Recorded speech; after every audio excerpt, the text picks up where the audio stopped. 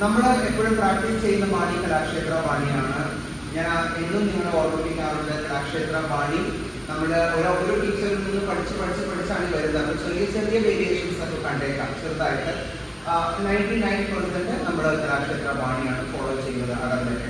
അതുപോലെ തന്നെ ഐറ്റംസും. പക്ഷേ നമ്മൾക്ക് നല്ല ഭംഗിയുള്ള നല്ല രസകരമായ മറ്റ് ഐറ്റംസ് ഒക്കെ നമ്മൾ പഠിപ്പിക്കാറുണ്ട്. ഞാനത് വീഡിയോ ആയിട്ട് ഇടുന്നുണ്ട്. നിങ്ങൾക്ക് എല്ലാവർക്കും പഠിക്കാൻ എളുപ്പമുള്ളതെന്ന് നോക്കിയാൽ വരുന്നത്. അപ്പം അങ്ങനെ ഒരു ഐറ്റത്തെ കുറിച്ചാണ് ഇന്ന് പറയുന്നത്. വീഡിയോ സബ്സ്ക്രൈബ് ചെയ്യാത്തവർ, ചാനൽ സബ്സ്ക്രൈബ് ചെയ്യാത്തവർ ചെയ്ത് സഹായിക്കും, സ്നേഹിക്കും. പിന്നെ വീഡിയോസ് ഒക്കെ ഇഷ്ടപ്പെടുവാണെങ്കിൽ ലൈക്ക് ചെയ്യും, കമന്റ് ചെയ്തോളൂ. നല്ല കമന്റ്സ്, മോശം കമന്റ്സ് ഒന്നും താക്കണം, എനിക്ക് ശേഷിയില്ല. അതുകൊണ്ട് മോശമൊന്നും വേണ്ട, നല്ലതുകൊണ്ട്. അപ്പം ഇന്ന് പറയാൻ പോകുന്നത് വേറൊന്നുമില്ല. ഞാൻ ഒരിക്കൽ വീഡിയോ ഓൾറെഡി ഇട്ടിരുന്നു. തോടയം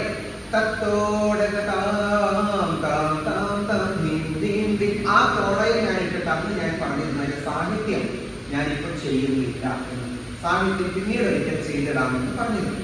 അപ്പൊ അതാണ് ഞാൻ ഇന്ന് വിശദീകരിക്കാൻ പോകുന്നത്. ഹാർഡ്ലി 8 ലൈൻസ് ആണ് അതിനകത്തുള്ളത്, അത്രയേ ഉള്ളൂ. പക്ഷെ ഭയങ്കര രസമാണ്. ഇതൊരു തഞ്ചാവൂർ ശൈലിയിലുള്ള ഐറ്റമാണെന്നാണ് ഞാൻ മനസ്സിലാക്കുന്നത്.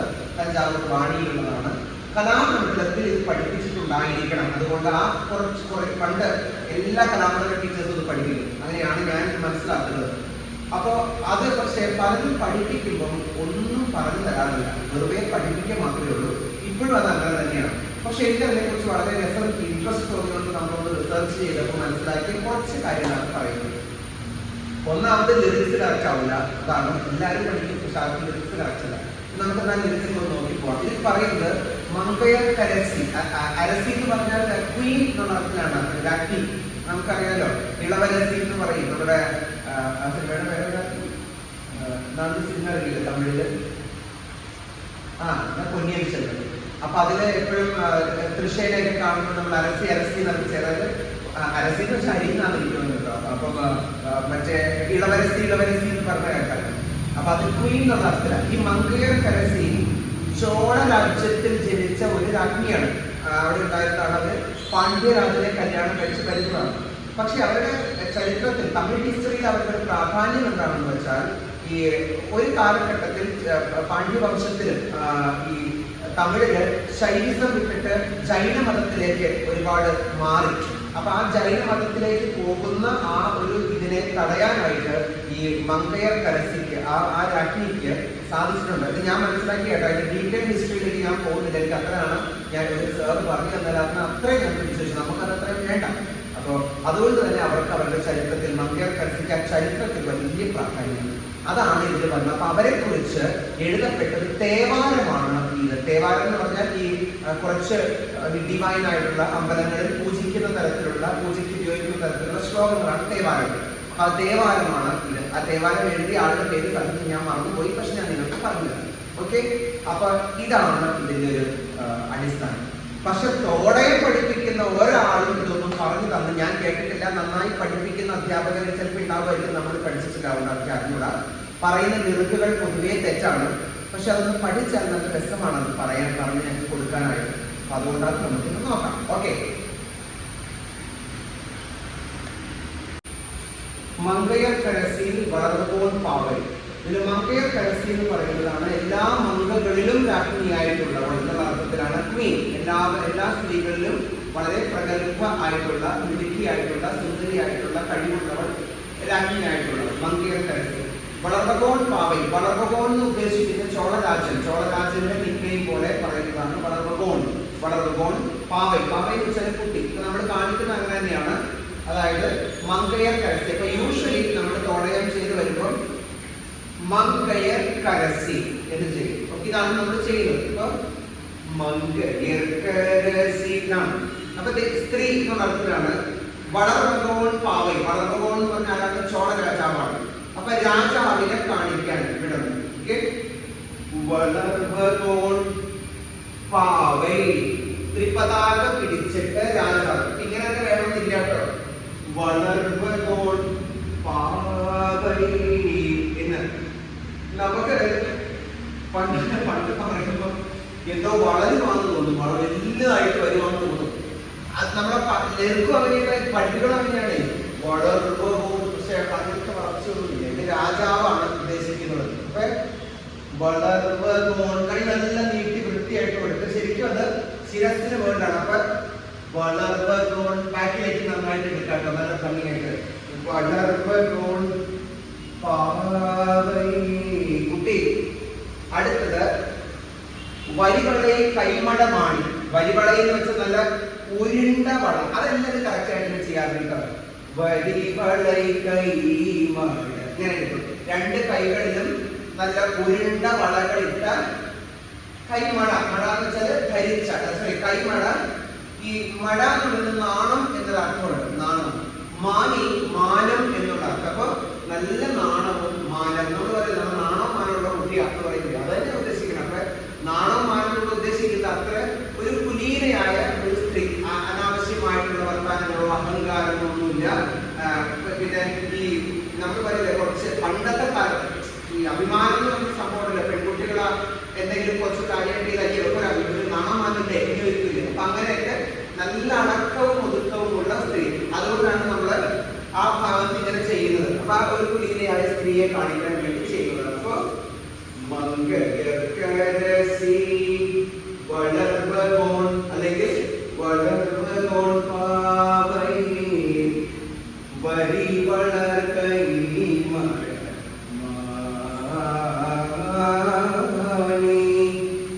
അതാണ് ഒന്ന്. അത് രണ്ട് പ്രാവശ്യം ചെയ്യും. എന്റെ ഞാൻ പാട്ട് വെച്ചിട്ട് ഇല്ല ചെയ്ത് കാണിക്കാം. പങ്കജസെൽവി പാണ്ഡിമദേവി.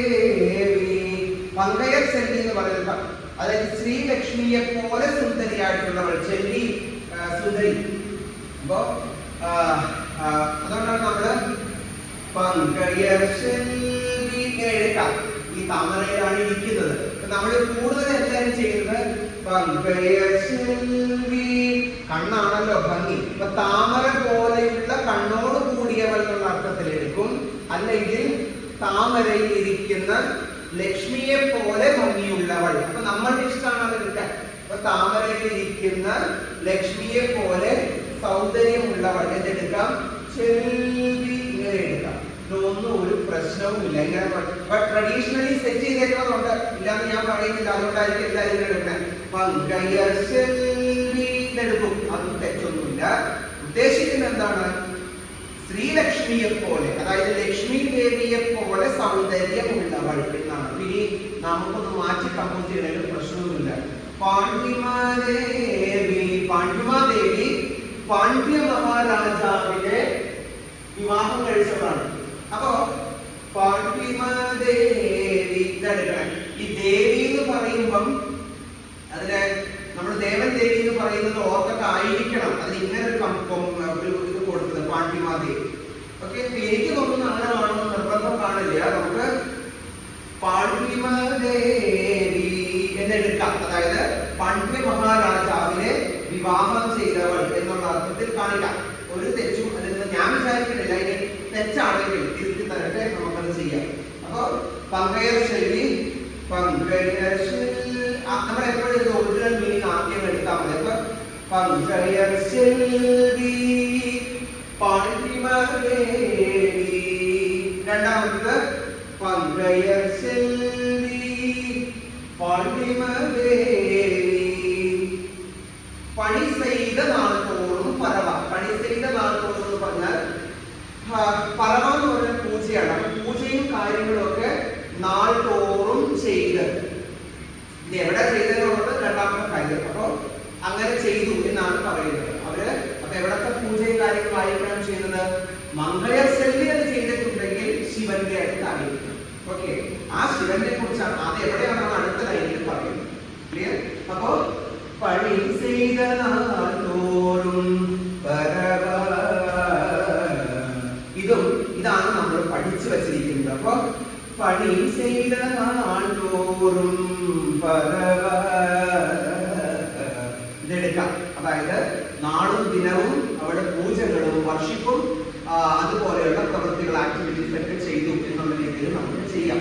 ഇത് എന്റെ ഒരു ഇന്റർപ്രിട്ടേഷൻ ആണ് കേട്ടോ. നമ്മളിപ്പം ഇത് ചോദിക്കാൻ പറ്റിയ നല്ല ടീച്ചേഴ്സിനെ നമുക്ക് മീറ്റ് ചെയ്യാൻ പറ്റിയിട്ടില്ല. അല്ലെങ്കിൽ നമുക്ക് ചോദിക്കായിരുന്നു. എനിക്ക് മനസ്സിലായെന്നാണ് ഞാൻ പറയുന്നത്. അപ്പൊ പണി ചെയ്ത നാളോടും പറവ ഇതാണ് എടുക്കുന്നത്. പക്ഷെ ഇത് ഒരു പക്ഷേ ചെയ്തൊരു തഞ്ചാവൂർ പാണിയുടെ ഒരു ശൈലിയിൽ വരുന്നതായിരിക്കണം. എനിക്കത് അത്ര നിശ്ചയമില്ല. അപ്പൊ ഇത് കാണുന്ന ഏതെങ്കിലും ഡാൻസേഴ്സ്, ഡാൻസ് ടീച്ചേഴ്സ് ഒക്കെ ഉണ്ടെങ്കിൽ എനിക്കൊന്നും കറക്റ്റ് തന്നാൽ നല്ലതാണ്. ഞാൻ പറയുന്നത് ഇങ്ങനെ എടുക്കാം എന്നാണ് ഞാൻ മനസ്സിലാക്കുന്നത്. ഓക്കെ, അടുത്തത് പൊൻകടലുരുവൻ. ഇതൊക്കെയാണ് പറഞ്ഞത്.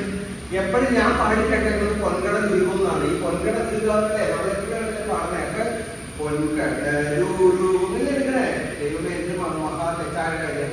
അപ്പൊ പൊൻകടൽ ഉരുവം എന്ന് പറഞ്ഞ തെറ്റാണ്. ഇതിലൊരുക്ക് പൊൻകടൽ ഉരുവൻ. പൊൻകടൽ ഉരുവൻ എന്ന് പറയുന്നത് ജ്യോതിസ്വരൂപനായിട്ടുള്ള ശിവൻ എന്നാണ്. അതായത് പണ്ട് ശിവന്റെ ആദ്യം മന്ത്രവും ചോദിക്കാൻ നേരത്ത് ശിവൻ അഗ്നിജ്വാലയായിട്ട് മേളോട്ടും കീഴോട്ടും പോയി നമ്മൾ പഠിച്ചിട്ടില്ലേ?